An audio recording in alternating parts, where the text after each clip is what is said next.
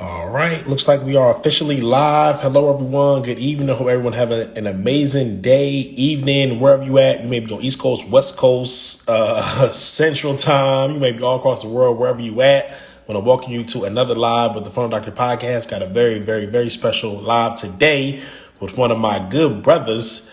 Getting on, waiting for him to join.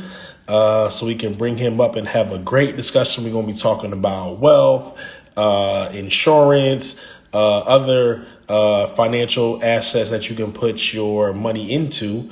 So let's see who we got. All right, so I see a few people joining. Do me a favor, y'all. When y'all jump on, let us know who we got on here, where you tuning in from, and if you have a business, drop the name of your business, your company. Make sure you tag some other people that need to be here, so we can get this party started.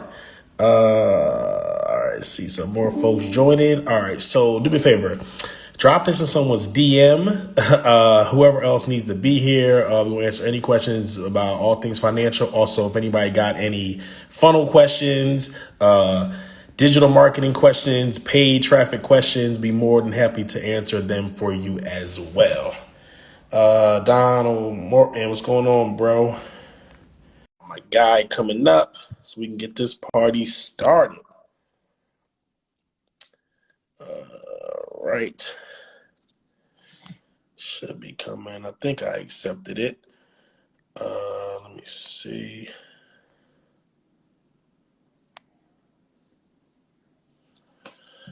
I think I accepted it. Let me know if you're able to join or if I can just bring him up. Instagram not trying to let us be great. Let me see. Like I said, while we getting my man Cory up, do me a favor, y'all.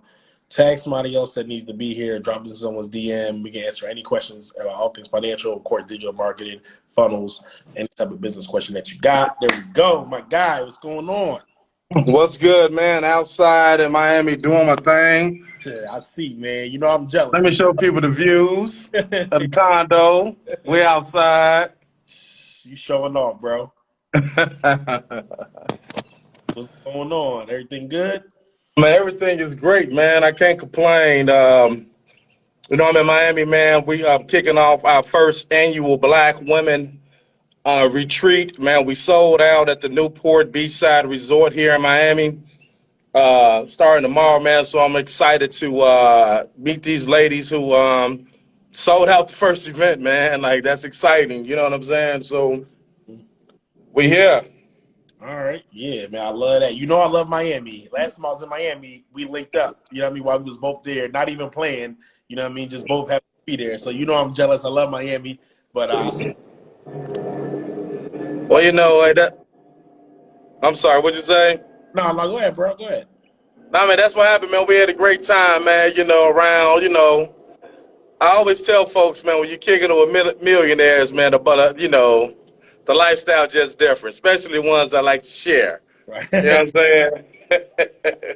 You know what I'm saying? So before we get started, I always tell, any interviews we do or anybody else that I talk to on live, for those that don't know who you are, of course, share who you are, your background, where you from, and so forth. Man, if I share my background, I might take, Right. might take the whole live up, so I condense it, man. That boy, he's not playing. Well, it's your boy Cory Beal Sr., man, originally from Chicago, Illinois, man. I reside in Nashville, Atlanta, and in Miami, man. And my background is I'm a financial consultant, been in this space for a little over a decade now. From an assistant manager to Wells Fargo Financial to a licensed banker with Fifth Third and SunTrust to now having my own insurance/investment firm called Onyx Capital Financial Solutions, man, where we protect your family's most important assets through the power of life insurance while financing your wildest entrepreneurial dreams through the means of business credit and business funding. So I am a walking Wall Street, a walking bank, whatever you need, I got due to my level of expertise. And I'm just, I always say, man, I'm the workers man advocate, man. My job is to show you how to Either build wealth while you have your 9 to 5, or build wealth as you become an entrepreneur. And I'm a straight shooter. I give it to you raw, like Method Man and Right. ODB. No sugarcoating, no emotional pimping. But my black print, building wealth and becoming a millionaire, is second to none. I have several receipts to show that. I have several mentees to show that I've helped earn 6 or 7. Hell, some of them earn 8 figures now. And we're just trying to get to it, man. So, don't hesitate to ask me questions, because a lot of motherfuckers on IG be lying. A lot You of know, folks out here just selling y'all courses. They're not the expert. They emotionally pimping you guys, man. And so, and I hate that shit. So I'm finna get back outside, man. That's who I am. Talk to me. yeah, definitely. Yeah, we outside. You know what I'm saying? So, and you like a real entrepreneur, like seriously, like straight shooter, like Donald said, definitely a straight shooter, like, no kizzy, no bullshit. You know what I mean? You keep it raw. But I am curious on like what was like your entrepreneur background? You know what I mean? Like how did you transition to like become an entrepreneur? Because I know like me personally, like how I grew up, like always was like my mom was like, always just go get a job. You want to make money, like Right. job. It wasn't like start your business. Like it wasn't anything like that. It wasn't about wealth and owning assets and none of that conversation. No disrespect. Like I love my family. We knew, you know what I mean, what we didn't know. My mom only knew what her parents taught her and so forth in generations. So we didn't have access to information like we do now. But at the Right. same time, like what was it like transition to become an entrepreneur? Like, was it like the college 9 to 5 route and then entrepreneur? Was it always was an entrepreneur? Like what was that, transition like? Well, for my background, I always been an entrepreneur because I was trafficking drugs since 8 years old. You know what I'm saying? So I've been an entrepreneur for a very, very long time. You dig? From just doing that, hustling in high school, had an opportunity to go play college ball, had an opportunity to sign some overseas contracts, couple of injuries here, led me to Dell Computers, right? And my boy used to call me the young Jeezy of Dell because I used to come in with white tees, black jeans, and a fitty cap, you dig? But I was out here slanging computers, man, making 100,000 a year selling computers. And I'm like, damn, if you could do this selling computers, man, you could do this on your own. So I'm gonna fast forward a little bit to tell you not the real story, but the story that really pushed me to entrepreneurship. It was um it was when I was a banker. I was a Fifth Third Bank. And at the time, getting paid $50,000 as a licensed banker was a lot of money back in 2010. Like most bankers was paying, hell, U.S. banks was giving folks $9, $10 an hour. $15 an hour to work at Bank of America. So we was getting 50,000 plus commission. So they was paying us like we were financial advisors or financial consultants, to say. Mm-hmm. And I was just sitting there, and I sat down with my financial advisor, who he watched me, man. At the time I had this Pearl Escalade, not Escalade. I got Escalades. I meant to say this Pearl Cadillac. And he was like, man, it must be nice, driving from 45 minutes to work every day in this Escalade, in this, I had a DeVille, every day, man. Must be nice. Man, must be nice to go to the chop house every day, for lunch. Like, what's that, man? Like, you spending $13, $14 on lunch, man. Must be nice. And he's always coming with his brown paper bag, right? Now, he's a financial advisor. I know he was telling me his ticket was like 160 on up. And to me, I thought $160,000 was a lot of money until I saw it in my bank account and then leave like that, right? That 100,000 ain't shit. So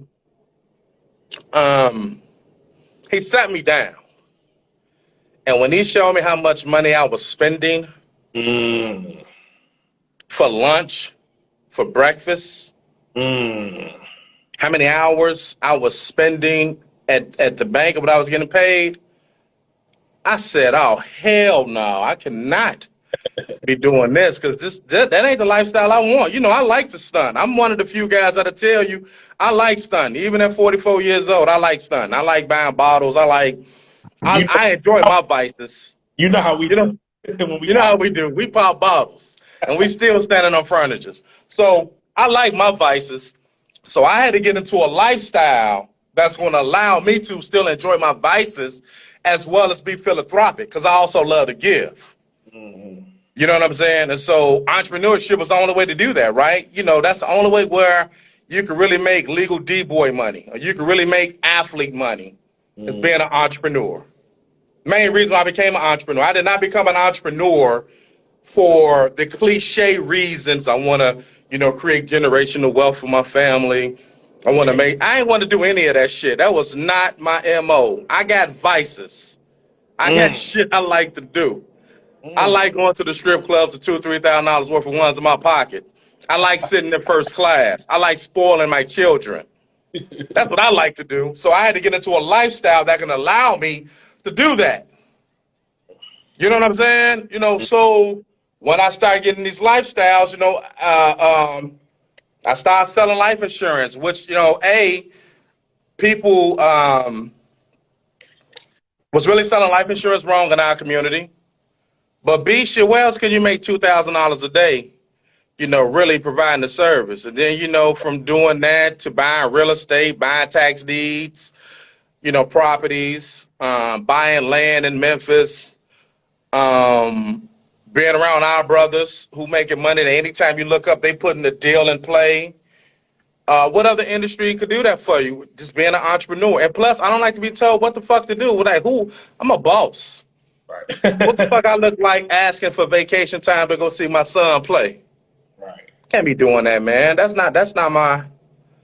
ain't my life. Like, you know what I'm saying? I might want to sleep, I might want to sleep until 12 o'clock. Right. And wake up and be like, good morning. Right. Like, you know what I'm saying? I want to treat every day that ends in a while like a motherfucking weekend or a work day. So that's why I became an entrepreneur. So if y'all want to hear the fluff, if y'all want to hear the cliche, this not the live to tune into. This not the live to tune into. You know what I'm saying? This is the live. I wanted to do what the hell I wanted to do when I want to do it and have the money to do it, just so I don't have to politely say, fuck you. I don't want to be codependent on anyone. So what level of freedom you could get is being an entrepreneur. Like, you got to understand this level entrepreneurship, you could either become a faceless millionaire by doing private label. Motherfuckers don't even have to know who you are. That's facts. You can make millions as an entrepreneur. That's facts. You know what I'm saying? You don't have to go home stressed out knowing that you're smarter than your boss, smarter than your peer as an entrepreneur. You can sit back and be sitting on guap and nobody don't have to know. And you still can take care of your families, but most importantly, you still can enjoy your vices. So why not? So those are the reasons I became an entrepreneur. You know what I'm saying? I know I don't like to look at the menu when I'm ordering. You know how we order. You know how we like whatever. Like, You know how we order. Right. When we out, you know how we eat. You know how we drink. You know how we smoke. Right. We don't do mid over here. If it ain't gas, I don't want it. You know what I'm saying? And so even with the women I date, you know what I'm saying? Like, they ain't broke. Right. They like nice shit. They don't like looking at tags and menus. They like to get what they get, right? So if that's the lifestyle that you truly want and go after, you got to go get in that field. And so that's the main reason I became an entrepreneur. I don't know what your reasons are, but I had to be real with self. And that's the only way you're really going to monetize this industry, once you become real with self and understand that, hey, it's all right to have vices as well as it is to take care of your loved ones. I love that. All right, let me check the comments. We got some good comments in here. Let me scroll back. All right, Dayana said they be capping for real. Talk about these fake internet people, which we want to talk about in a minute. They definitely do. My man Jeff is in here. Shout out to Jeff, the wealth builder. I know y'all got different opinions on insurance. No, I love Jeff, man. What up, Jay? What's good? Brothers, seriously, Jeff, y'all both my OGs. Jeff more of the OG because he's older than both of us, but that's my OG. Jeff in here. Shout out to Jeff. Taylor in here. You know, we was with her at TSP. She Yeah, said, what I saw her, man. Hey, she know how we ate. She was complaining. Hey, when we went to go have lunch, we was paying the bill. She was like, "Damn, when is it gonna be my turn?" right. She said, "Next time we go out, I got the bill." You know what I'm saying? So, hey, that's how it's supposed to be, right? Facts. Deanna said facts. We got Philly in here. Peace and love, Kings. Philly here. So shout out to Philly in the building. MG, I needed this. Shout out to my guy Roosevelt in the building. What up, Rose? What's good, Playboy? He said, y'all got that bag. He know he got that bag low too, though. You know what I'm saying? He a faceless guap getter. You Definitely. know. So different companies trucking and everything on a low. You don't even know he getting They that don't even bag. know I got a trucking company. They don't know I got a real estate investing firm. They don't know all that, man. They don't Right. need to. Facts. As long as my bank account knows. Facts. Like, you know what I'm saying? As long as my CPA knows. Right. You know, that's what matters. Facts. All right. Taylor said he's been fire. Roosevelt said, "Let me hold the bag, bro." Come pull up on us. Come pull up on us. We're gonna be in ATL together next week. Come pull up on us at the Oh, EY. for sure. Yeah. We there. They gotta say, let's talk insurance. Yeah, we definitely about to talk about that. Jeff said women never pay. Listen, people know. For real though, like, dang, can I treat y'all? Y'all grab a check every time so fast. Definitely. This show. I love that. The face got better. All right. So yeah, man. Listen, I definitely want to talk about why I got into an entrepreneur, and I just want to say first, like, for everybody, like Cory, this is my brother. You know what I'm saying? Like, I can truly say that, like, we're not just internet friends. We're not just doing the live. You know what I'm saying? Like, anything I need, I can call him. You always answer. You always hit me back. Anything I needed. I remember when we first met. 2016, 17 in Louisville, we already knew each other like online through like Dre and other people. But when I first met Cory, like he always just showed me love. Like we were staying in Louisville. I was at the hotel. The hotel was like, it was like probably 15, 20 minutes from like where the venue was. He was picking me up every day, like, yo, bro, I'm gonna come get you. I'm gonna take you to the event. We was going out. He was picking up the bill. You know what I'm saying? We was going out. We was eating different places. You know what I'm saying? So like I can literally So we was eating good too. eating good too. And Cory Like was we weren't eating McDonald's. We was right. eating steak damn near every day.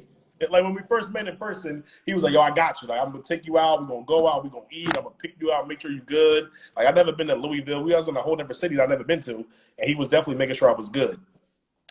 Um. All right. So I love that. Okay. Yeah. So my reason, a lot of reason why I became an entrepreneur is because a lot of what you said. Like seriously, like I don't like following rules from anyone else. You know what I'm saying? Like, I'm gonna be real. I'm not asking you, can I take off? Can I go on vacation? Can I spend time with my children? You know what I'm saying? Like, I want to wake up when I want to wake up. I don't want to answer to nobody. Like, I don't want to do that. And personally, like, I knew like it was a lot more that I could give to the world. You know what I'm saying? I love what you said about you being smarter than your boss, being smarter than your peers. Because I worked in like corporate. So I seen white boys coming out of college immediately going up the corporate ladder, literally sitting in the cubicle next to me, and then a month later, this is my supervisor. Like, no, that shit ain't flying with me. I know you're Man, not. that shit ain't cool for sure. I know you're not smarter than me. I know you don't have more to give, than me. So definitely ain't gonna fly. But we gonna talk about insurance. But before we do, I do want you to just hone in a little bit on these fake internet gurus. One of the things that has, I ain't gonna say, I'm trying to use the right word. You too Now real. we make money, man. Say what Yeah, the fuck you but gotta say. too real. So it's like I don't want to say it hinder you, but it's like you a little too real to just like go with the flow and like be an internet celebrity. You know what I'm saying? And like you already got money, but you probably could have way more if you was with that dumbass shit. You know what I'm saying? Like Absolutely. Absolutely. Everybody know that. right. Everybody know that. And this ain't no disrespect to EYL, but I was doing that EYL shit back in 2016, 2017. We Facts. was we was doing edutainment back then. We was getting the top black entrepreneurs to come speak while we was having happy hours. And everybody that's a part of that happy hour crew are now multimillionaires. We've been doing this shit for a long time. But I got muzzled. Man, ain't nobody gonna, respect how you talk, man. Like you be talking to people, you be cursing, and they ain't trying to hear that shit. I said, well, the pastor's been lying for the past fucking 40 years. Folks still going to church. So why they ain't gonna listen to someone that's gonna really keep it a band? Because at the end of the day, what I always thought was The people who talk to you in a manner of constructive criticism is the ones that actually love you. Facts. That's facts. That's what I thought. I thought when people get on your ass because they want to see you do better. You know what I'm saying? I'm not with the enabling shit. Because Yeah. that's what made me weak at one point, being enabled. Don't enable me. Tell me the truth. Let me know. Like I tell people all the time, like I just had to talk, I had to talk to this lady. She was 73 years old, and she was like, I'm so glad that you got on this radio show. She said it was a gospel show, but you was letting me have it. And even at 73 years old, I feel like now I could become an entrepreneur. I said, you damn right, because you don't got that much time left. So we got to get to it. What we got to do to get to it? What is the dream that you want to see manifest before because you're closer to the end. So I got a meeting with her next week. You know what I'm saying? Because I was a straight shooter. Because I speak really from a place of love. I want to see everybody get it. I want to see everybody eat. You know what I'm saying? And we have so much, and I used to hate that I got to show my receipts because I was doing that at one point, but it wasn't authentic to me. So that shit depressed me when I was showing my whips, when I was showing me flying place to places. That ain't what I want to kick it with y'all like that. I want to show you that's what I do. I want to do it with you, right? But most of these guys, Tony the Close already, got on one of the guys that I was told not to get on. You know what I'm saying? For the sake of being cool, fuck him, right? But it's too many out here. It's too many people out here. They just selling courses. They're not authentic. They're preying on your ignorance. They're preying on your mental laziness. They are preying, Prey. You dig what I'm saying? They're preying on that. And y'all got to stop following suit. I just put on Facebook, look, don't let me see you at another goddamn conference if you ain't implement the strategies from the last conference. Why the hell you there? That's facts. You don't need to stop conference hopping. Handle your business. And let me tell you something, man. In your best Shirley Caesar voice, won't he do it? God just gave everybody a blessing. This recession is a blessing. Because everybody should know what the hell to do right now during a recession. Everybody should know this is where millionaires are created, right? Everybody should know and have the mental fortitude and discipline and say, you know what? I'm sitting down these next 2 years. These next 2 years, I'm finna figure this shit out. See, I didn't do it in the pandemic. You know what I'm saying? The pandemic, I was just like the rest of the sheeple. What are we going to do? Is we going to really go outside again? Which let me know you're not a student of history because 100 years ago when the Spanish flu kicked off, it was the COVID of its era. Every 100 years, this shit happens so they can depopulate the earth, so they can recorrect the shit. The recession is a blessing. So this is the time that say, you know what? I didn't get my shit together during the pandemic. But these next 2 years, though, I'm finna fall back. I'm finna sit down and I'm finna apply. What I could get $100,000 with business credit within the next 90 to 120 days, and my credit is fucked up. Oh man, let me get on that. But not on that, let me find me a therapist or a mental health coach that can help me during this time. That can help me get my mindset right. Right? You don't need a goddamn another mentor. You need a therapist. Or you need a life coach that can help you with your mindset so you can understand the position of life that you're in right now. I'm going to say this, I'm going to be on the record. It'll never be a greater time to become a multimillionaire in your lifetime. We are in the gold rush 2.0. You know, so we got Google's doing 20-to-1 splits. We got Amazon doing splits. We got Shopify. People don't even talk about Shopify. See, everybody like the sexy names. I call that the emotional pimp names. You know, Amazon doing the 21 split. You know, Google doing the 21 split. I understand that those stocks were big, right? But did you know Shopify did the motherfucking 21 split and there's 10-to-1 split? Their stock was $354 a share. So it got down to $30 a share. So just how many shares of Shopify you can get, because you got to know that it's going to get back to $300 to $500 in the next couple of years, right, where you can pick up a bag real quick. But I ain't talking about that, right? They got to give you that hook to reel you in on their play. They ain't talking about that. They ain't talking about that. Right, so that's when you know you've been emotionally pimped. I understand Apple's getting the guap. I understand these are the blue chips. Fuck the blue chips shit. These little Muppets that you can eat. What they call them little small little fishes? It's plenty of those out there. Go learn the game. Go get it. Go get it. Hey, I bought $300 worth of that Shopify real quick. I told my sons to do it. Hey, every week I need to be buying at least, you know what I'm saying, 3 shares. What's $100? Buy it. You're gonna accumulate that real quick. I understand that. And then when you get you a good check, yeah, go buy the Amazon. That's got to be $109. Go buy the Google. Yeah, that's fine. But go get you a second damn job if you need to, so you can reinvest, so you can look up 2-3 years from now, and that same stock that was $30 is now $300. That same stock that was $100 with Amazon is now worth $700. That's the game that got to be played. But they ain't teaching y'all that. They're not teaching you guys that because they won't. Because listen, attention and data is the new currency, and everybody want it. Mm. That's why I don't listen to different podcasts no more. Because every fucking week is somebody else telling me how to get money in the industry. That's gonna make me go, damn. Let me try that industry when I haven't fully put my 10 toes down in this industry. So I don't really listen to people on podcasts no more. I'm not going to conferences no more. Unless, you know what I'm saying, I've made it clear, if I'm not VIP or speaking, I'm not in conferences anymore. I already got what I need to do that's going to help me accumulate more millions right now. Mm. Like, you get what I'm saying? So stop giving your attention away. Because they preying on that. They are preying on that. You're making these goofies rich. And most of them lames. Most of these guys y'all following on IG, thinking they 100, they some goofies. These are not guys I be kicking it with in Chicago.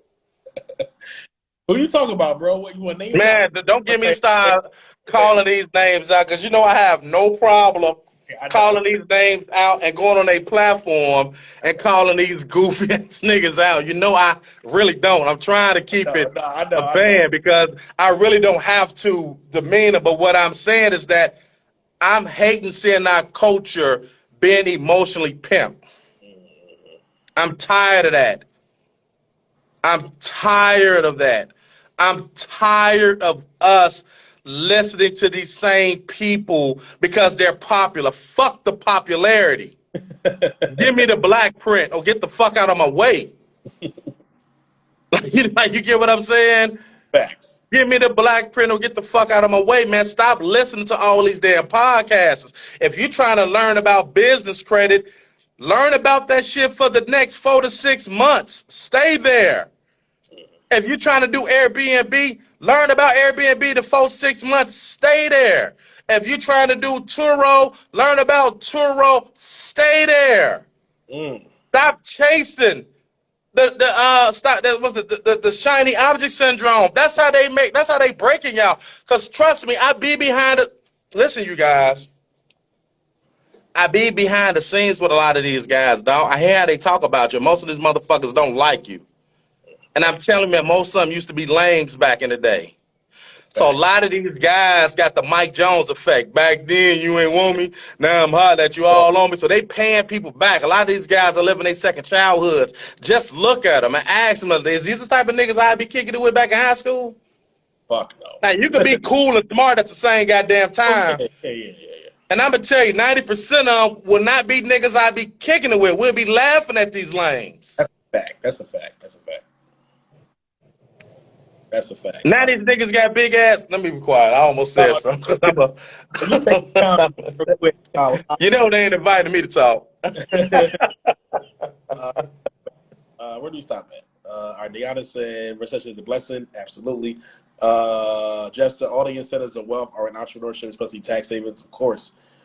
Taylor said, yep, take advantage of Shopify. Yeah, I didn't even know Shopify did a stock split until I checked my damn account. I thought it was something wrong. I was like, yo, what the fuck happened to like my shit? I had to Google it. I was like, oh, they did a stock split. And especially, how many of y'all e-commerce product brands using Shopify, paying all this money to Shopify, the Shopify apps, but not investing in the platform? Especially y'all product brands. Make sure y'all do that. Got to. Everybody saying call them out. We ain't gonna name drop. You know what I'm saying? But it's, it's a lot. I know exactly. Look. I got some watermelon Ciroc in the back. So if I go get some watermelon Ciroc, I don't know what the Ciroc may do. But Cory trying to be nice with his water. He going to add behind it. We're going to target their audience, and I'm playing.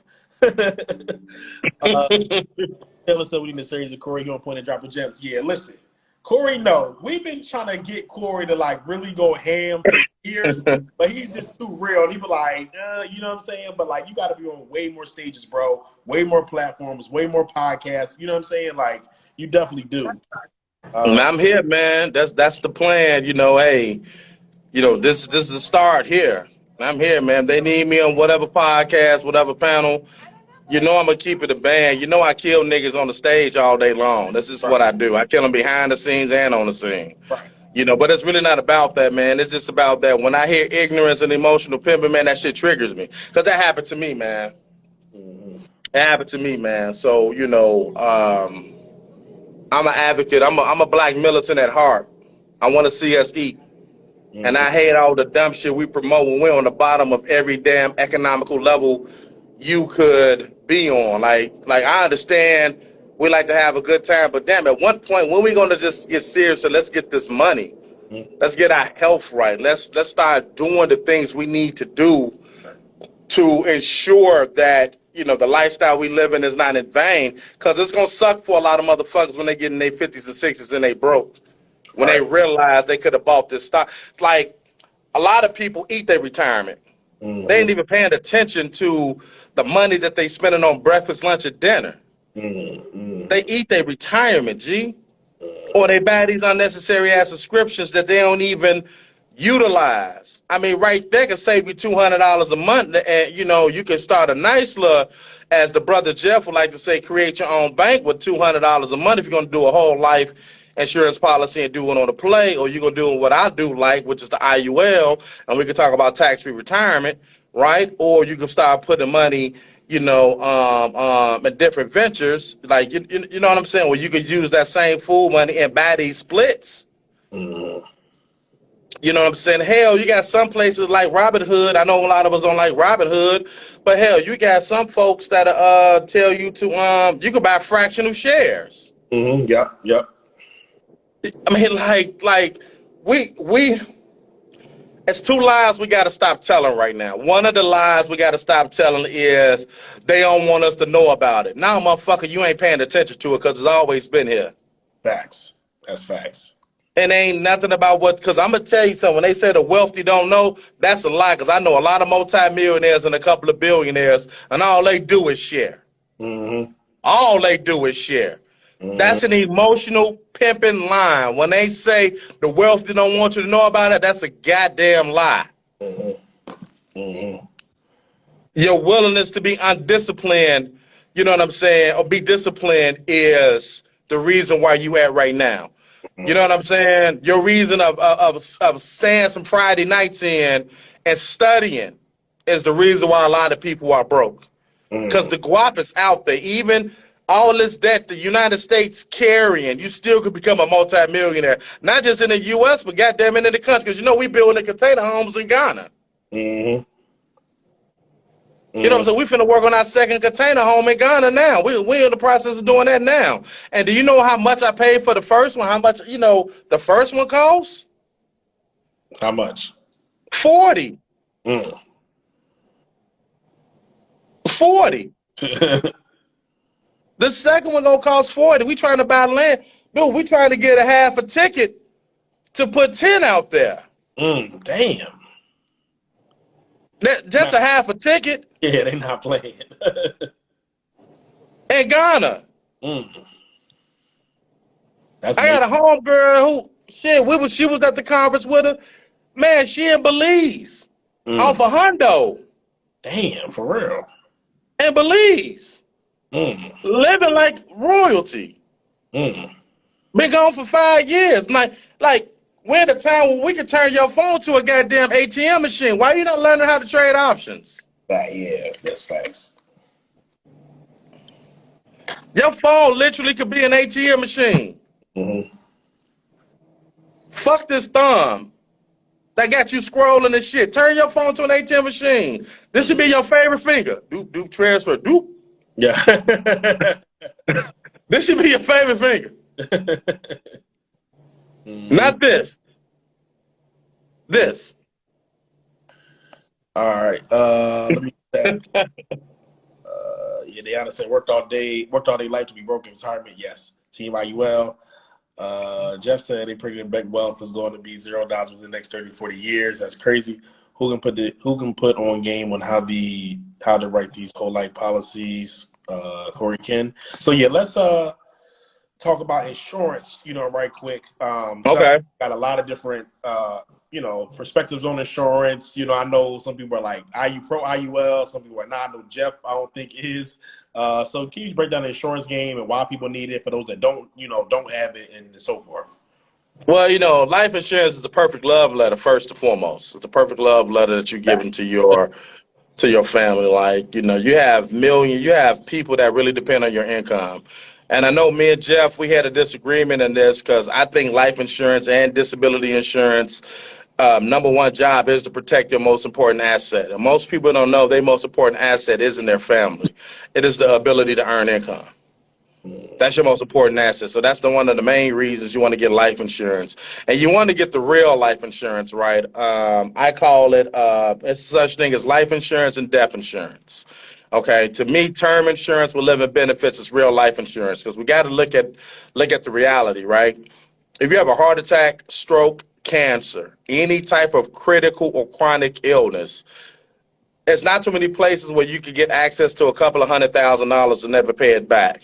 You could do that with term insurance with living benefits. I've probably done over 3 million in claims of folks who've had cancers or heart attacks or strokes and things of that nature because they had term insurance with living benefits. And most of those people did not have money in their 401k. Most of those people did not have money in their 403b. They did not have money in their savings account. They already took money out of their equity line because they was paying down student loans. So a lot of those catastrophic, illnesses or whatever the case may be would have bankrupted the family had they not had a policy that they was paying anywhere between $35 to $50 a month for. So you definitely want to get true life insurance, term insurance with living benefits. The other term insurance, I call that death insurance, Ryan. Why? Because the only way that policy activates is when your ass pass away. That's the only time when that policy activates, so the beneficiary get that, right? So you want to get life insurance while you living because let's face it, many of us live a sedentary lifestyle. I've lost 13 pounds this month, so I'm at 348 right now, right? 10 years ago, I would have laughed at my ass for being this size because I never thought I was going to be this size. But I'm saying this to say that many of us don't even see the sedentary lifestyle that we unfortunately gonna partake in, right? So we're gonna still eat unhealthy. We're gonna still kick it, right? So you got to be able to have something in place just in case that day of reckoning gonna come. Because I've lost a lot of homies to heart attacks and strokes at 42, 43, but they was playing in the NFL at 24, 25. They was overseas at 28. You dig what I'm saying?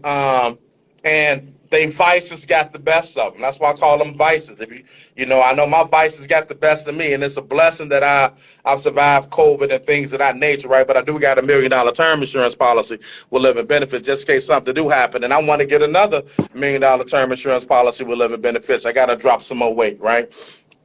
So that's number one. Number two is when it comes to whole life or IULs, to me, it really just depends on the level of money that you want to put in, right? So when you do a whole life policy, if you really want to maximize the benefit of a whole life policy, you definitely want to get an insurance company that's a mutual insurance company that pays dividends, because if you structure it properly, the dividends that you could get from that insurance company, you could reinvest and back into your whole life policy, right? And not only that, you could create your own bank. Now, if you're not, like, I just had a lady last week give me $1 million to pay for her whole life insurance policy to create her own bank, and her premium is $3,200 a month. But she got it. She's a multimillionaire. She's going to, and it's structured properly for her in 30 days to borrow $1 million so she could do other things, which is invest in real estate with that money while the money is still growing. You know what I'm saying? She could get this loan at probably at 5%, no credit check. She just became her own bank, right? So when you get these type of policies, you got to keep it a band with people. And that's what they're not doing. If you're going to create your own bank, this ain't one of these damn policies that you need to be putting $150, $200 a month in. because you're gonna have to look at this as a true bank. Like, hey, this is my bank account, and I'm willing to put $500, $600, $700 a month if I don't have enough money to front load it. So in year 5, 6, and 7, I'm able to borrow because it accrued. That's a long game. But most people don't have the patience for a long game. Because when shit hit the fan, all of a sudden life insurance is the first thing to go because they view it as an expense versus an investment that's a part, I'm going to say again, a part of their wealth building portfolio. Right? So if you got $5,000, $10,000 and you want to front load it so you can start taking advantage of that interest that you could accrue, you know what I'm saying, that you could borrow so you could buy more cash flowing assets. Because that's really what you're supposed to do it for. You're supposed to borrow that money. Like my brother just did a play. He put $100,000 in his policy and he just bought an e-commerce store for $100,000. Did the OPM, other people's money, from life insurance. So they got billions and trillions of dollars. Bought the business in the box. Now his e-commerce company is generating anywhere between $7,000 to $8,000 a month. Damn. Right? Why his money is still growing inside of the policy. So if you're going to play that game, have some guap. Don't come in thinking you could do this shit for $150 and talk about why my shit ain't growing. Because, nigga, you putting $150 in there. And you have to wait 8, 9 years. Right. Right, for that shit to build up. So have some patience. You know, so I'm always telling folks, come with $5, $10, $15, $20,000. I don't even fucking get it. You know what I'm saying? And most people don't want to hear that truth. Because these folks out here lying, and you can do your bank like this. And now, nigga, you got to have money for that.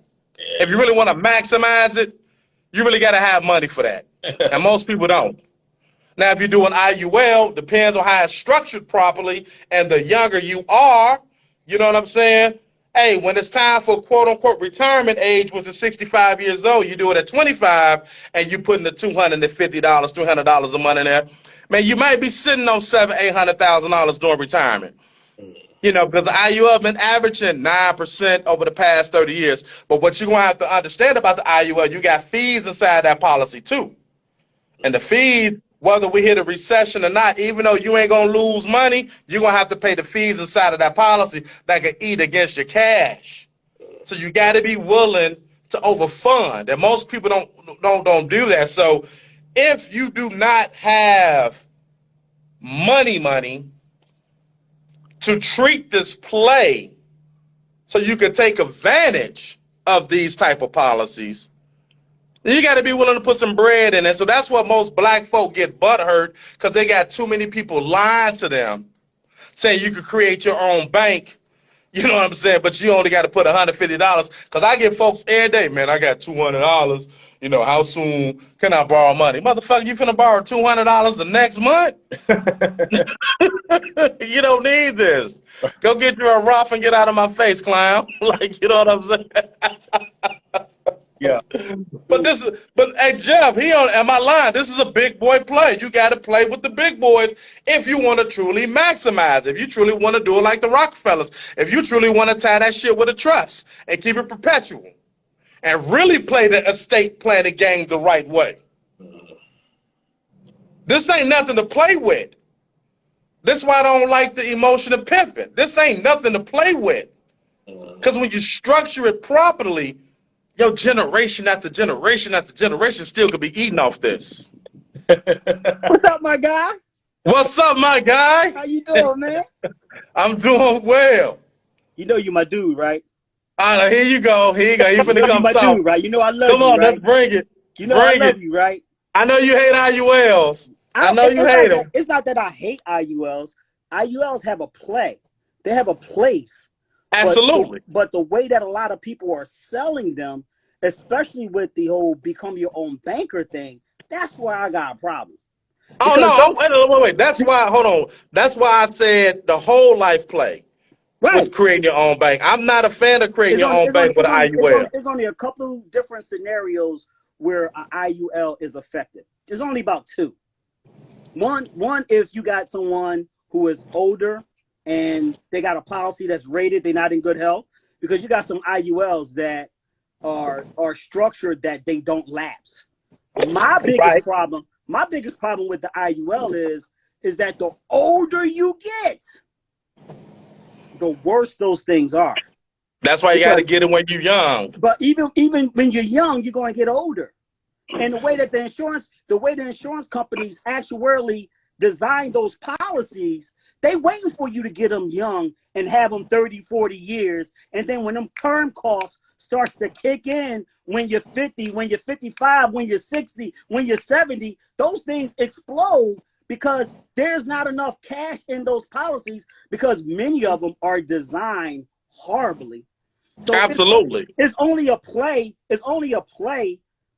in certain scenarios with the IUL. I would never do it because just because of what I studied them and just because what my mentor taught me about them and just because all of those symposiums I've been in analyzing and dissecting those IULs, I just know that it's a cash cow for the insurance company. So that's why right. So that's why it's important to have. That's why a lot of us blacks right now are getting slayed because we setting ourselves up. We setting ourselves up in the wrong vehicle. No, listen, and that's why I said it takes people like you and I. Bro, we got to get together. We got to get together so I could break some things down to you that I've learned. Because you're good. Because when we get the right information out there, we all win. Absolutely. And it's not about. And look, we're gonna definitely tap in because it's imperative that me and you sit down to tap in. It's imperative when I say to bridge the gap. Big boys rule, brother. Big boys rule. You know, we gotta get together. You know, because I think right now that there is, especially in our space, there is so much misinformation. It ain't even misinformation. There's a lot of people that's out here trying to teach the game and they don't even know the game.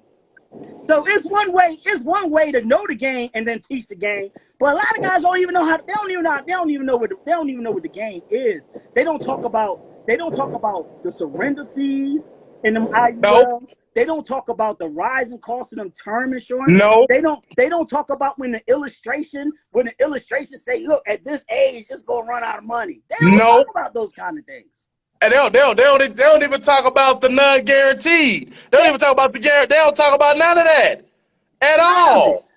Look, I had a lady who she's an influencer on here, man. Her name started with an A, and her last name is some type of animal, fox, some shit like that.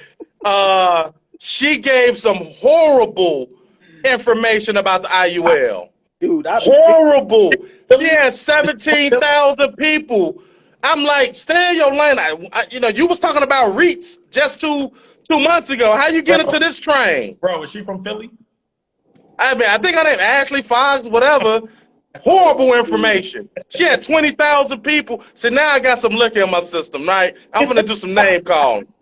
She had 20,000 people listening to her give piss poor information about the IUL. Hey, Cory. Yo. We just got to go harder, bro. You know what I'm saying? It's only one way to destroy all that bad information is with good information. So we got. I'm here. We here. Because we're here for sure. Because one of the things that you got to use life insurance for, and you touched upon it earlier. Life insurance is a three-play animal. It's a love play. One. You got to love somebody or you got to love your money. First and foremost. The next thing is life insurance for Black people is the great financial equalizer. 2. And because I say the great financial equalizer is because the insurance companies are the granddaddies of all of this. They are the first bank. They are the place where the banks store their money. So banks don't even know banks. Banks got more money in life insurance than they have in any other asset. And in all the real estate that they own. So you gotta have a part of what the wealthy and what the rich, what the banks and what the government incentivizes you to have. This is a love. This is the financial equalizer. This is a legacy play. I'm tired of hearing black folks talk about ain't nobody left them nothing, so they don't want to leave nobody else nothing. Man, I get tired of that. I get tired of hearing that. I get tired of hearing it's not a tangible product. But see, this is another reason too. Like you They're said, love too. your money. Many of you guys, are y'all familiar with O.J. Simpson? Y'all familiar with Talk, O.J. Simpson, talk right? about it. Talk about it. And O.J. Simpson won the criminal case, but he still got sued civilly. All right? Most people had asked, I think at the time he had like a $34 million net worth. $19 million went missing. And they said, where did 19 million go? Where did it go? Well, it went into a cash value insurance policy because I think in 48 out of 50 states, whole life insurance is lawsuit protected. Fact. So they could not touch his money. They See, didn't. so They technically they didn't even know how much money he had because it's private and you it's cannot access it. So that's why if you want to keep it a bean, that's why the white folks was really mad at OJ because they took everything away from him. I They took his said that homes, they took his car, they even took his Heisman, but they didn't get his money. they didn't get his money. Exactly. They did not get his money. Y'all don't see OJ out in Exactly. Y'all don't see OJ out at Wawa. Y'all don't see OJ out here begging for no money. OJ on the golf course smoking Cubans and drinking cognac. Facts. His first day out, he was in a country club in Florida. Moved from Cali, went to Florida. And they was like, how did he maintain that life? Because, see, when people talk bad about these type of He was policies, still chasing that snow, though. But go ahead, I'm sorry. oh, that's... That's what he do, man. So what people don't understand is that when you hear people talk about these policies, or when financial advisors or the Dave Ramses, everybody else in the world talk about it because they don't want you guys, and I hate to say this, but I know I just said the wealthy don't want you to know, but the government and everybody else really don't want you to know about the benefits of having these policies. Well, the government put it straight and clean. The government look at it like this. We don't want to take care of your trifling family if you die and you ain't got no money there. We don't want to take care of your family.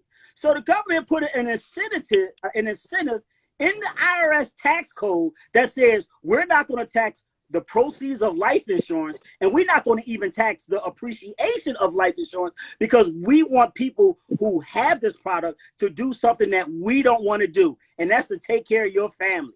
So it's an incentive in the tax code for you to have life insurance. And the tax code is 7702. There you go. No taxes Look on it up. appreciation and no taxes on distribution. It is a cash cow. It is a way to make that cash register ring, ring, ring. And this secret has been going on since back in the Rockefeller days. That's how the Rockefeller that's how the Rockefeller, the Carnegies, a lot of people don't know that Rockefeller pimped the hell out of life insurance. And so that's the part. So when you so I want you guys to understand, those that's listening, and I do a better job. You're right. Sometimes I get excited when it's two bosses on here sharing information. So I do a better job of ensuring that when he speak, I'll fall back because I want you guys to really get this pertinent information. But when you listen to people talk about why not whole life or why this, that, and the third, they're talking about it because they're looking at it from an investment standpoint only. Okay. Is there other opportunities from mutual funds to hedge funds to REITs to where you could get higher returns? Absolutely. Absolutely, it is. Yes, you could get higher returns in certain REITs. Yes, you could get higher returns in certain mutual funds if you want to look at it from that play. But that's the only play that makes it better because it doesn't come with the tax benefits and savings and protections that cash value insurance offers. And most people don't know, if you really understood the history and the student, just look in the 80s One of the main reasons life insurance, unfortunately, was getting a bad rap because in the 80s, these universal life insurance policies was getting 18, 19, 20%. It was being sold as an investment because it was getting a lot of high returns. And that's when you look at certain companies that talk about, well, look at what the life insurance was doing in the 80s. They were selling it as an investment. Well, damn it, you was getting 16, 17, 18% a year annually. And but they was tying it to the stock market. They wasn't fully telling the truth about it. So that left a bad taste in your mouth. But it's always going to leave a bad taste in the mouth of the ignorant, of the one who's not going to do the research, or the ones who only like to get regurgitated information with a little bit of, behind it to make it sound truthful.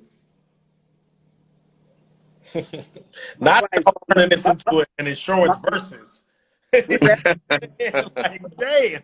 What'd you say? So not y'all turning this into an insurance versus. Well, this is it's not an insurance versus. It's just about Cory is very passionate about what he does. I'm very passionate about what I did. See, Cory got in the game a little bit differently than how I did. See, I'm passionate about what I do for a living because my mom had one of these insurance contracts that didn't have no value that she paid into it for 30, 40 years. And when I got into the business by accident and I read her policy and told her that it didn't have any value, that it wasn't worth the paper that it was written on, and the look that my mom had on her face, that disgust, because it was time that we went without money. We went without heat. We went without hot water. We went without food. She used to haze my dad to make sure that he had that money every month to pay that insurance contract. And for her to find out that it was no money in that policy, which she was told that it was, it devastated her.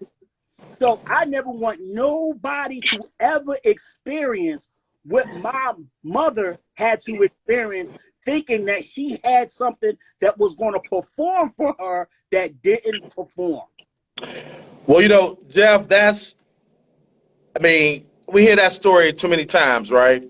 And my mother was the same way. And let me tell you another story about life insurance that really woke me up. My ex-wife, she unfortunately lost her her father and a mother in a 9-month span, right?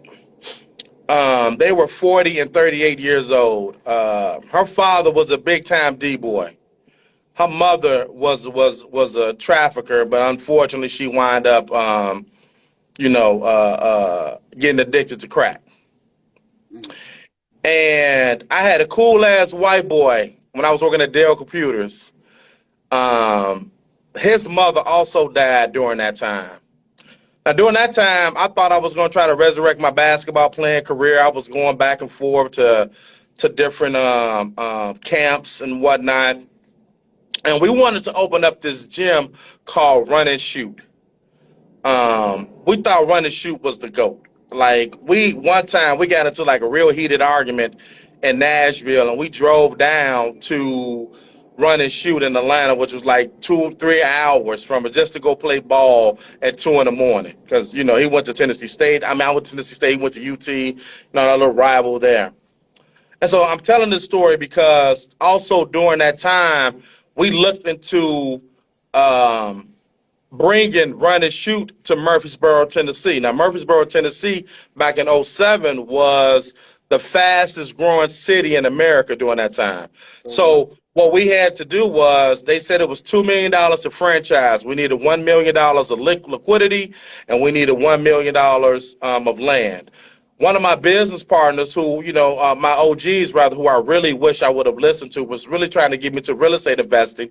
He was going to be the silent partner. He had no problem putting up the $1 million in property. It was going to be me and Brooks going to put up the $1 million. At that time, I really didn't know money.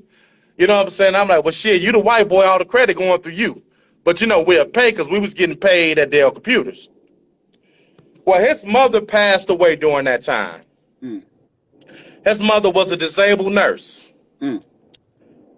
His mother left him a $750,000 life insurance policy.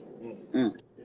My ex-wife, her father, and mother They were former D boys and D girls with 13 kids. I've seen them have money on the table.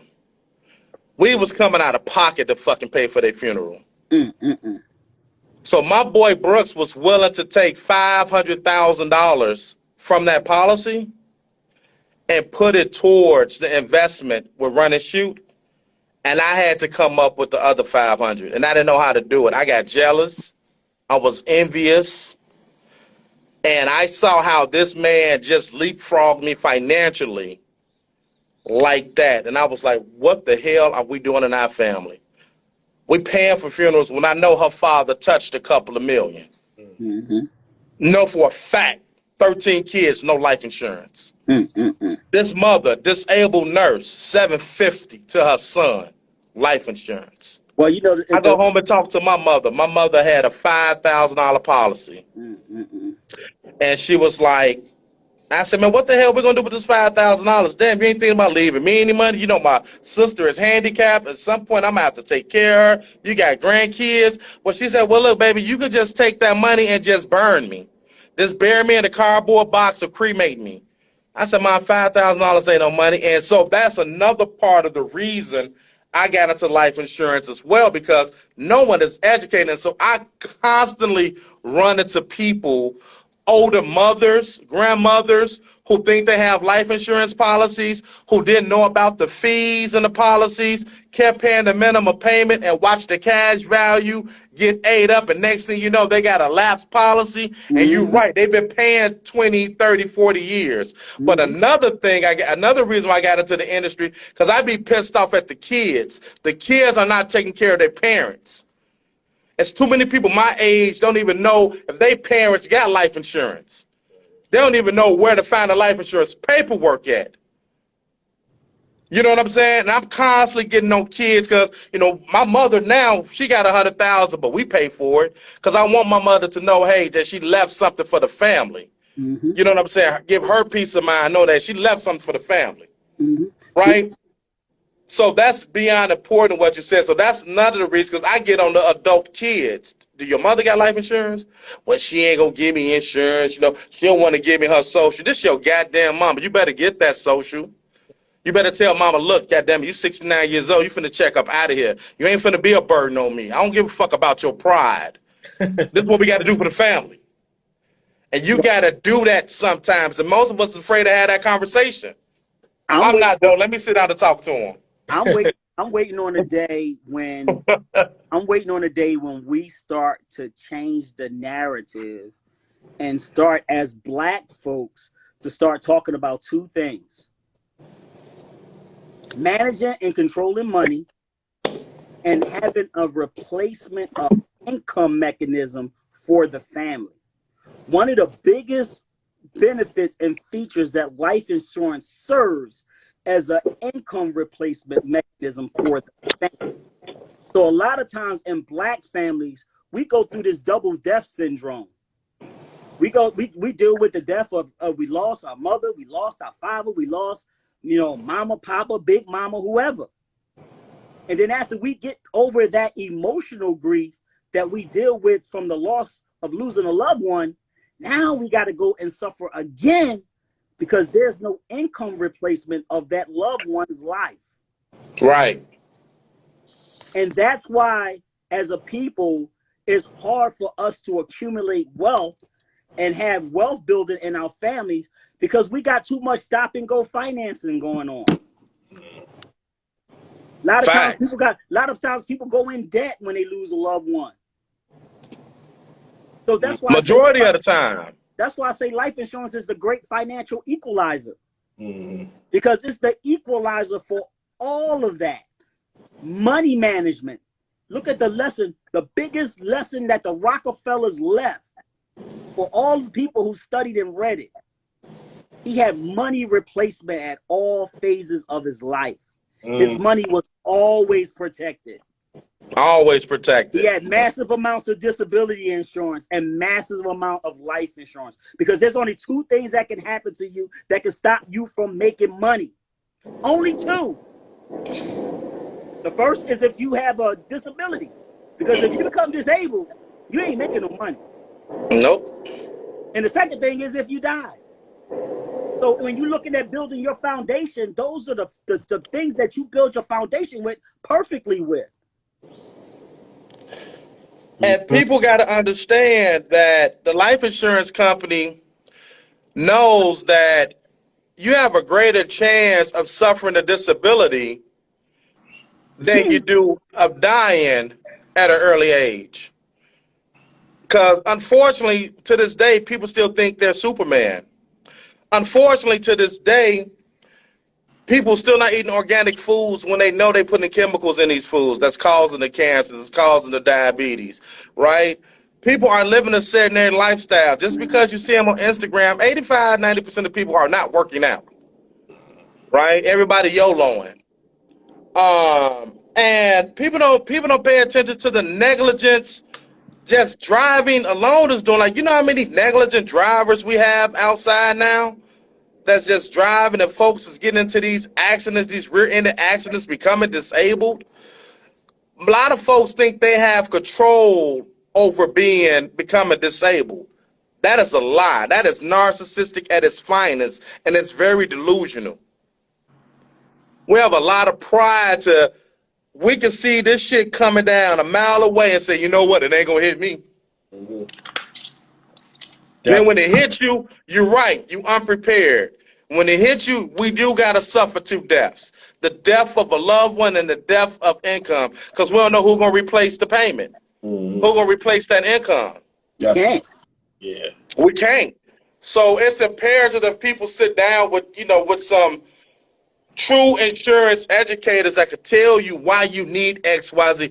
And listen, you guys, I want to kill this narrative too. I say this lovingly. Does this industry pay us like an athlete? Yes, it does.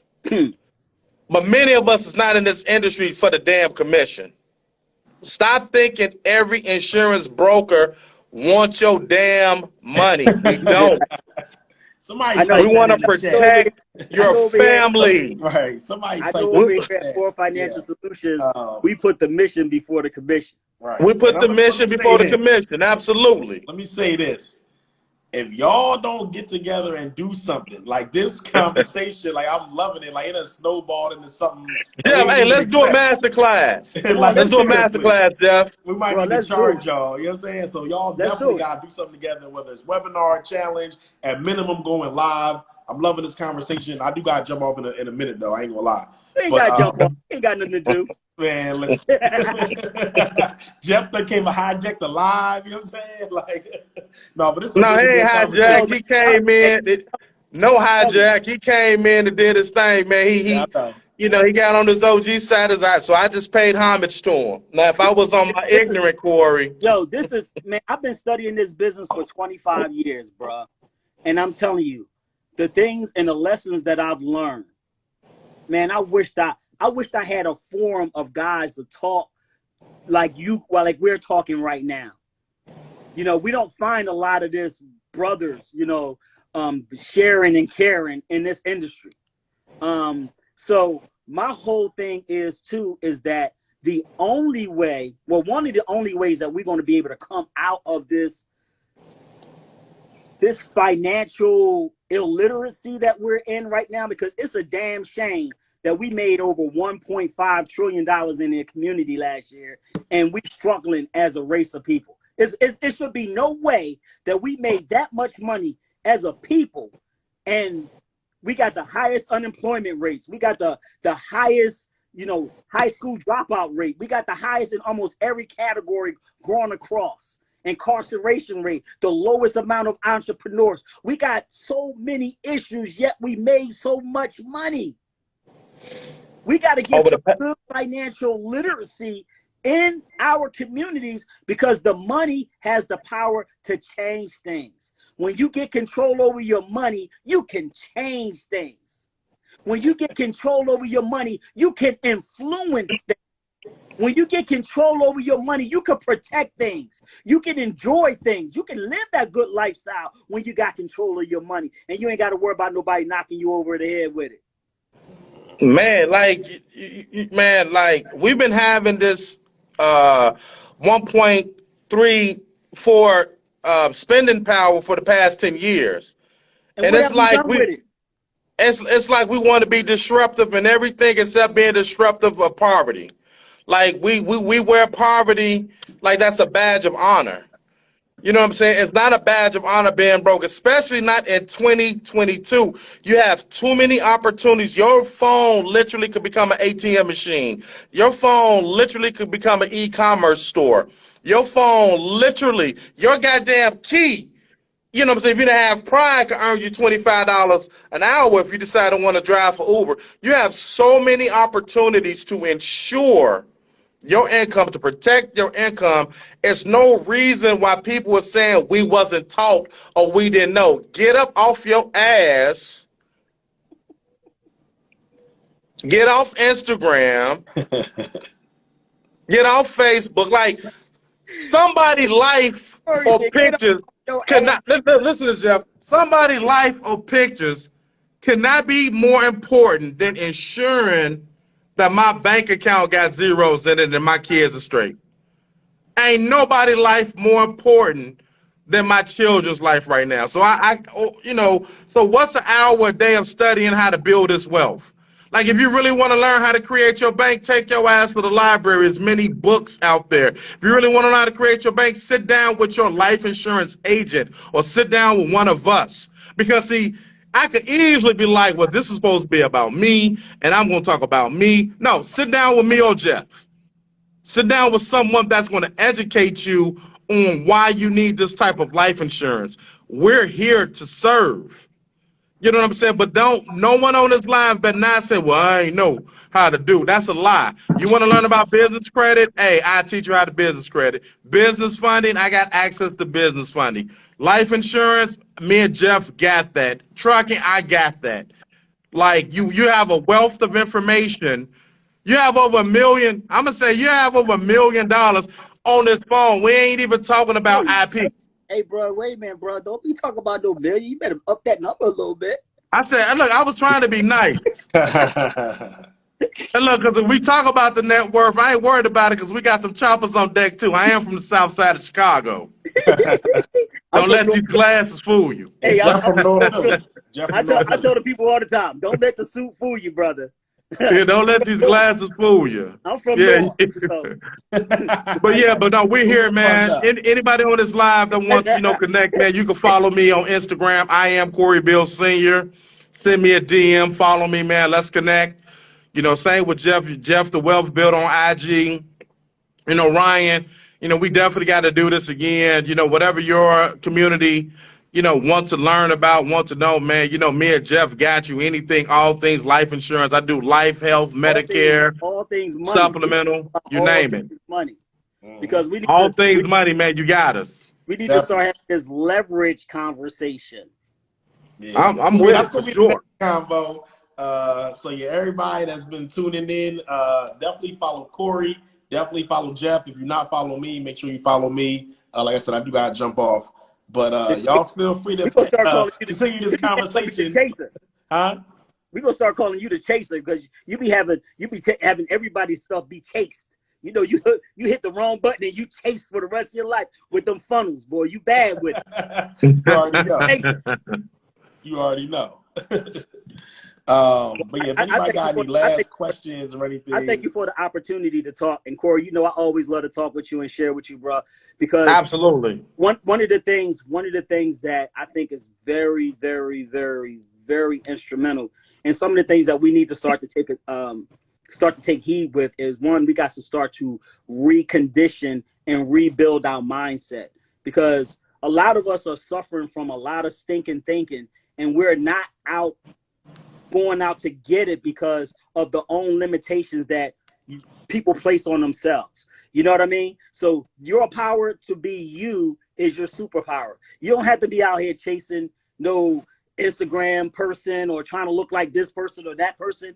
I mean, you are unique. You got your own special gifts and your own special talents. And the reason that you're not where you're supposed to be, as our mentor always talk about it, Ryan, he always say that you're suffering because of fractured focus. And I think that's one of the biggest things that is stopping us from getting to the level, and especially of wealth, that we all aspire to be. Because the money is not going anywhere. It's just circulating from different pockets and different hands. Right. So the money's Absolutely, not going man. nowhere. You know, they say Apple lost, not Apple, Meta, the metaverse, Meta lost almost $70 billion of market capitalization after they announced their numbers yesterday. But that money didn't go nowhere. It just recirculated into other plays. It didn't leave. It just got repositioned and recirculated. So we got to start to think about wealth differently, because the money ain't going. Mm-hmm. Now I'm teaching my son right now how to Chaser. employ your money. I like that. You got to make your money work for you. Employ your money. Make your money your slave. No, we Put them say to work. get that money get them dollars, some jobs, man. Go out there and create some babies. Turn your money to Steve Jobs. Absolutely. Yo, man. What did you say, Ryan? I said I like that name, the Chaser, though. You know what I'm saying? Because if somebody click on something, you go on Instagram, I'm gonna chase you all around the internet, everywhere. You got to put that up. You got to start marketing that, bro. I'm the Chaser. Right. A funnel doctor. Right. I like that. Okay, Michelle. Hey, Michelle, make sure Miss Taylor, hey, make sure you follow me on IG. We could definitely link up again for sure. Yeah, she said met a few. Okay, yeah, I know Michelle Snow. I do know she's in Philly. So shout out to her. She definitely cool peoples. Yeah, man, I appreciate y'all for coming on. Cory, of course. Jeff, y'all my guys. Jeff, if you can, come next week. We're gonna be down in ATL. If you can, bro. If you can. You know what I'm saying? Listen, I'm telling you, Jeff. Come on, come fuck with us next week. Yo, you remember that song? Remember that song? What? Fake MCs. They always talk hard, but walk the streets without their bodyguards. I mean, I try to stay away from the fake MCs, bro. It's gonna be a lot of man. I'm in a stage of my life right now where it's all about me creating memories and moments with me and my family. So I don't know if I want to trade off what I got planned next weekend to go to Atlanta. I really don't know if I want to do that yet. I respect that. You understand what I'm saying? To be up there, really to hear a whole lot of bull sugar. Oh, well, no, it's gonna be it's gonna be so much emotional pimping. It's gonna be that's the financial pool pit, but my business partner wind up. You know what I mean? It's gonna be a whole bunch of emotional pimping. It's gonna be a whole bunch of people talking about, who knows, man? I might hijack it because y'all go down there. Y'all go down there with the intention of meeting one good person. Right, exactly. To get one good nugget that you put into action. Right. That's the way. I was about to say that. That's the way I look at going to conferences. Conferences. I mean, I've learned so much and met so many wonderful people at conferences. That's the way I view conferences. I go to a lot of conferences with the idea I want to meet one good person, and I want to get one good nugget that I'm going to put into action. So that's the way I look at it. But right now, I mean, you think about it like for real, like all of us met through conferences. Like first time I met Cory in person was at Dr. Boyce Watkins conference. Jeff, I knew we already knew each other kinda, but then we really connected at TSP conference. You know what I'm saying? So I agree. I don't go to conferences for the most part for the information. I want to get, like you said, get a couple nuggets if I can, but it really is to be in a room, networking, meeting people, connected. So I know it's going to be tons of people we can connect with. You know what I'm saying? So I feel you on that, though. I mean, fake MCs. Yo, man. A whole bunch of them. They're going to hear a whole bunch of them. I feel you. But yeah, man, I appreciate y'all. I'm not in the business of pimping the people, bro. That's just not my thing, bro. That's just not my thing. You know what I mean, Go? It's just not my thing. It's just not my thing. I feel you. But yeah, I appreciate y'all for jumping on, man. We definitely gonna say this live. Like a lot of gems was dropped. If y'all got value out of this conversation, those folks that's still on, like please drop something in the comments. Drop a gem, drop an emoji, drop a fire, like something like that. If you haven't already, make sure you follow these brothers. Both of them doing amazing work for the community. Both of them are good brothers, like my actual friends. You know what I'm saying? So I appreciate y'all for jumping on. Can I just leave your audience with one last thing? Because I was telling I had a talk. Like every day I make a point to have a talk with Jeff. You know what I mean? And one of the things I have a talk with Jeff is I make it a point to say good things to Jeff about Jeff.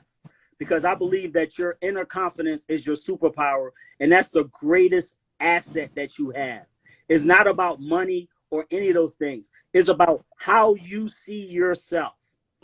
That is the greatest superpower in all of the work. And one Yeah. of the things I said to myself today that I want to share with your audience is that if you want something you never had, you got to go start doing some things that you've never done. And I think a All lot right. we get caught up in anxiety or fear or doubt, and it stops our greatness from coming out. So I just want to say to everybody, and I'm saying it to you guys like I said it to me, and like I'm going to say it to me again today. If you want something that you never had, you got to be willing to do some things that you've never done. And let me say this, Jeff, because I know we got to go. Mine's going to be real quick, and I'm going to be the straight shooter out of this. I'm going to tell you something that most of you guys probably don't want to hear or haven't heard before. There's no such thing as fear. That's sucker shit. But the average motherfucker is a D student in life. You have no reason to be afraid of nobody. They're struggling just like you, worse than you probably. So you don't need the only thing they need validation is parking. The only thing they need confirmation is your dinner reservation. That's it. You don't need to be afraid of nobody. It is billions of people that think like you, walk like you, talk like you, whatever. Fuck worrying about the next person. And number two, stop worrying about your family support. Because majority of them, they got some unlearning to do as well. Give them some grace. Because most of your family members saw you fucking up for a long time. And unfortunately, that's going to be the space they see you in until you do what Jeff say do. Become the person that you truly want to become. And that's when the support will come. So don't worry about that. The average person is a D student. So don't worry about pleasing the next person because they worry about pleasing the next person. Go do what you got to do. I love that. Yeah, the family ain't coming around until they see you winning. You're right. That's facts. I've experienced that personally. You know, Yeah, of course. that. But like That's my cousin. That's my cousin Ryan right there. Right. He chasing people all over Instagram, all over Facebook, all over TikTok. He the chaser. Yeah.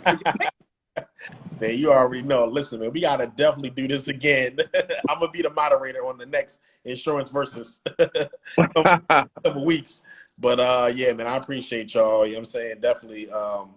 Everybody else, like I said, if you haven't followed them already, if you haven't tapped in, if you need insurance, like whatever it is, anything related to finance or whatever, and they also got courses and content and everything like that, let us know. For me, if you need any funnels, ads, anything in the digital marketing space, all my 6 and 7 figure entrepreneurs, we do only work with most people at least doing 6 figures, preferably 7, just to be real. Y'all can go on my bio, schedule a call. We jump on a call, make sure it's the right fit, and we can definitely get your digital marketing together. But other than that, everyone have a great night. All right, y'all. Peace.